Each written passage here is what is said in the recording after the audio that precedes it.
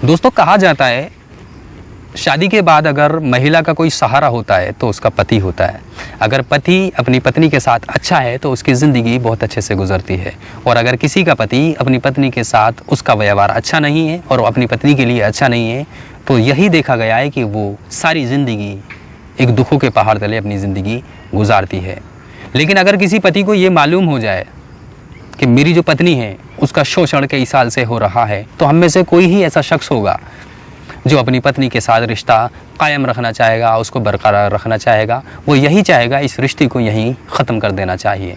लेकिन आज की जो घटना मैं आपको सुनाने जा रहा हूँ, जिसे सुनने के बाद आप ऐसे पति की सोच को सलाम करेंगे, ऐसे पति की सोच को सैल्यूट करेंगे जिसने अपनी पत्नी को पूरी तरीके से समझा और उसका पूरे तरीके से साथ दिया और उसको एक दुखों के पहाड़ तले से निकाल लिया। नमस्कार, आदाब, सत्य श्री अकाल। मैं हूं आपके साथ यहया खान सोज। दोस्तों, 25 अक्टूबर 2021 को एक पति अपनी पत्नी को लेकर छत्तीसगढ़ के भिलाई थाना पहुंचता है, जहां पहुंचने के बाद इंस्पेक्टर के सामने बैठ जाता है और कहता है कि इंस्पेक्टर साहब, मेरी मदद की जाए। मेरी पत्नी कई सालों से एक दुख को, एक दर्द को महसूस करती आ रही है, लिहाजा मैं उसे उस सब से आज़ाद कराना चाहता हूँ, जिसमें मुझे आपकी मदद की बेहद ज़रूरत है। जिस पर एसएचओ कहते हैं, इंस्पेक्टर कहते हैं कि आप बैठो। उनको पानी पिलाया जाता है और पिलाने के बाद कहा जाता है कि मुझे A to Z सारी बात बताओ। फिर जिसके बाद महिला इस बात को सुनती है तो वो ज़ारो क़तार रोना शुरू कर देती है और रोने के बाद अपनी एक एक करके कहानी इंस्पेक्टर को बताना शुरू कर देती है। जैसे ही महिला एसएचओ को पूरी अपनी कहानी बताना शुरू करती है, जिसे सुनने के बाद एसएचओ भी मायूस हो जाते हैं और परेशान हो जाते हैं और कहते हैं कि आखिर दुनिया में कैसी कैसी मानसिकता के लोग रह रहे हैं। महिला अपनी कहानी में बताती है, अपनी दर्द भरी कहानी में बताती है कि एक रोज़ जब मैं कक्षा 11 में पढ़ा करती थी तो एक रोज़ मैं घर पर अकेली थी, कोई भी नहीं था, सभी लोग गए हुए थे। लेकिन जो मेरा बड़ा भाई है, जो मुझसे 2 साल बड़ा है, वो घर पर आया। आने के बाद मुझे अजीब सी नज़रों से देखने लगा, जिस नज़रों को मैंने महसूस किया और मैं सहम गई, डर गई। फिर जिसके बाद वो मेरे पास आया और उसने मेरे साथ अभद्रता की और मुझे गलत तरीके से छूने लगा, जिस पर मैंने उसको अपना रिश्ता गिनाया कि भाई मैं तेरी बहन हूँ, तुझसे छोटी हूँ, मैं तेरी बहन हूँ। तो जिस पर उसने, उसके दरिंदे भाई ने उससे कहा, जो मैं चाहता हूँ अगर तुम वो मुझे नहीं करने दोगी तो मैं तुम्हें जान से मार दूंगा। फिर जिस पर ये खामोश हो जाती है, सहम जाती है। घर पर कोई नहीं था तो ये खामोश हो जाती है। और फिर जिसके बाद इसका भाई इसके साथ हैवानियत करता है, दरिंदगी करता है, अपना मुंह काला करता है और फिर उसके बाद उसे धमकी भी दे देता है कि अगर तुमने इस बात को दुनिया के सामने लाने की कोशिश की या फिर घर वालों के सामने लाने की कोशिश की तो मैं तुम्हें जान से मार दूंगा। जिस पर ये बहुत ज़्यादा सहम जाती है, डर जाती है। फिर जिस पर महिला का आरोप है, कहना है कि मुझे लगातार ये सब कई साल तक झेलना पड़ा। मैं कक्षा 11 से कक्षा 12वीं में भी आ गई, लेकिन ये सिलसिला इसी तरीके से चलता रहा। जब जब इसके हैवान भाई का दिल चाहता था वो मेरे पास आता था और मेरे साथ दरिंदगी किया करता था, मुँह काला किया करता था। कई रोज़ तक, कई महीने तक, कई साल तक ऐसा चलता रहा। फिर जिसके बाद 2016 में इस महिला की शादी हो जाती है। शादी होने के बाद महिला कहीं ना कहीं खुश थी कि जिस गंदगी से मैं निकलना चाहती थी, जिस दलदल से मैं निकलना चाहती थी, आज मैं निकली गई। लिहाजा मैं अपने पति के पास रहूँगी, खुश रहूँगी, अपने पिया के घर रहूँगी, बहुत ज़्यादा ज़िंदगी अच्छे से गुजारूँगी। और ऐसा ही हो रहा होता है कि वो अपने पति के साथ अपनी ज़िंदगी खूब अच्छे से गुजार रही होती है। फिर सोचती है कि अब ये वाला जो मामला है ये बिल्कुल दब जाएगा, ख़त्म हो जाएगा। हालांकि इस बीच इसके बड़े भाई की भी शादी हो चुकी होती है।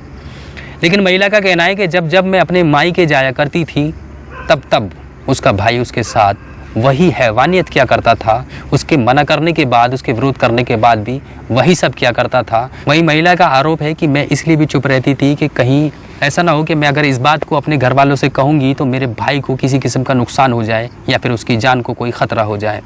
इसीलिए वो चुप्पी साधे हुए थी और अपने लबों को सिए हुए थी। फिर जिसके बाद ऐसे ही वक्त गुजरता रहता है और ये महिला अपने पति से 5 महीने की गर्भवती हो जाती है। फिर जिसके बाद इसका पति कहता है कि मेरे घर में तो कोई ऐसी महिला भी नहीं है जो तुम्हारे तुम्हारा ख्याल रख सके, क्योंकि जब गर्भवती हो तो जो तुम्हें चीज़ें चाहिए यानी खाना पीना जो भी तुम्हारा होगा वो मुझे तो मालूम नहीं है, लिहाजा एक महिला ही इस बात को समझ सकती है। जब कोई महिला गर्भवती होती है तो उसे बहुत सारी चीज़ें खिलाई जाती हैं, पिलाई जाती हैं, लिहाजा तुम्हें अपने माँ बाप के पास जाना चाहिए जहाँ पर तुम्हारे अच्छे से ख्याल रखा जाए और हमारा जो होने वाला नन्हा फूल है, नन्हा बच्चा है, वो स्वस्थ हो और हेल्दी हो। फिर जिस पर ये महिला राज़ी हो जाती है और अपने मायके चली जाती है और जाने के बाद कुछ वक्त गुजरता है और उसका भाई फिर से 5 महीने की गर्भवती महिला के साथ फिर से वही सब करता है, हैवानियत करता है, दरिंदगी करता है, जिस पर अब ये पूरी तरह टूट जाती है और टूटने के बाद फैसला ले लेती है कि अब मुझे अपने मायके नहीं रुकना है, मैं अपने पति के पास ही रहूँगी, चाहे मेरा बच्चा स्वस्थ हो या नहीं हो, चाहे मेरा बच्चा पैदा हो या नहीं हो, लिहाजा मैं अब यहाँ नहीं रुकूँगी। और वो बगैर बताए अपने सीधे पति के पास चली जाती है और पति उसको जैसे देखता है वो हैरत में हो जाता है। वो कहता है कि मैंने तो तुम्हें इसलिए भेजा था कि तुम वहाँ पर रहोगी तो माता पिता तुम्हारा बहुत अच्छे से ख्याल रखेंगे, तुम्हारे हर एक चीज़ का ख्याल रखेंगे, और जब तुम्हारा ख्याल रखेंगे तो हमारा जो होने वाला बच्चा है वो बहुत ज़्यादा स्वस्थ होगा। इतना वो पति उससे कह ही रहा था कि ये इसकी पत्नी ज़ारो क़तार रोना शुरू कर देती है। जब उसका पति उसे रोते हुए देखता है तो वो बेकरार हो जाता है, बेचैन हो जाता है।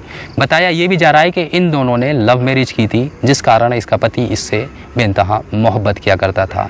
फिर जिस पर वो सवालों की दुनिया उसके ऊपर खड़ी कर देता है, सवाल खड़े कर देता है कि आखिर तुम्हें क्यों रो रही हो, किसने तुम्हें डांटा है, माँ बाप से लड़ाई हुई है, बहन भाई से लड़ाई हुई है, जिस पर ये पूरी तरह टूट जाती है और फिर फैसला ले लेती है कि मुझे अपने पति को ये सब बता देना चाहिए। फिर जब ये अपना दर्द बयान करती है तो पति थोड़ा मायूस होता है, फिर उसने उठता है और उठने के बाद उसके कांधे को थपथपाता है और कहता है तुमने अच्छा किया मुझे बता दिया, लिहाजा तुम्हें मुझे पहले ही बता देना चाहिए था, लेकिन कोई नहीं, अब मैं तुम्हें इस दुखों के पहाड़ तले जिसमें तुम अपनी ज़िंदगी गुजार रही हो इससे आज़ाद करा कर रहूँगा, बिल्कुल मैं तुम्हारी मदद करूँगा। फिर जिसके बाद ये दोनों ही छत्तीसगढ़ के भिलाई थाना पहुँच जाते हैं और पहुँचने के बाद SHO को सारी बात बताते हैं। फिर जिसके बाद इसका पति अपने साले के खिलाफ संबंधित धाराओं में मुकदमा दर्ज करा देता है और पुलिस उसको गिरफ्तार कर लेती है। गिरफ्तार करने के बाद उसको जेल भेज देती है। दोस्तों अब आप हमें कमेंट सेक्शन में कमेंट कर ज़रूर बताइएगा कि आप ऐसी सोच रखने वाले पति के बारे में क्या कहना चाहते हैं और आपकी ऐसी सोच, ऐसी खूबसूरत सोच रखने वाले पति के बारे में क्या राय है। और आप हमें कमेंट सेक्शन में कमेंट करके ये भी बताइएगा जो इसका वहशी दरिंदा भाई था उसके बारे में आप क्या सोचते हैं, आपकी उसके बारे में क्या राय है। दोस्तों इस कहानी को, इस घटना को बताने का उद्देश्य किसी का दिल दुखाना नहीं है, किसी को ठेस पहुंचाना नहीं है। और दोस्तों हम जितनी भी घटनाएं लेकर आते हैं अपनी तरफ से कोई मनगढ़ंत कहानी नहीं होती है। जो हमारे इर्द गिर्द हमारे आसपास हो रही है उसी घटना को हम आपके सामने लेकर आते हैं और इसको लाने का मकसद सिर्फ यही होता है कि हम आपको सचेत कर सकें। किसी का दिल दुखाना मकसद नहीं होता, किसी को ठेस पहुँचाना मकसद नहीं होता। इसी के साथ मैं याह्या खान सोज़ आपसे इजाज़त लेता हूँ। मैं उम्मीद करता हूँ आप जहाँ भी रहेंगे सुरक्षित रहेंगे, सावधान रहेंगे और अपना ख्याल रखेंगे। नमस्कार, आदाब, सत्य श्री अकाल, जय हिंद, जय भारत।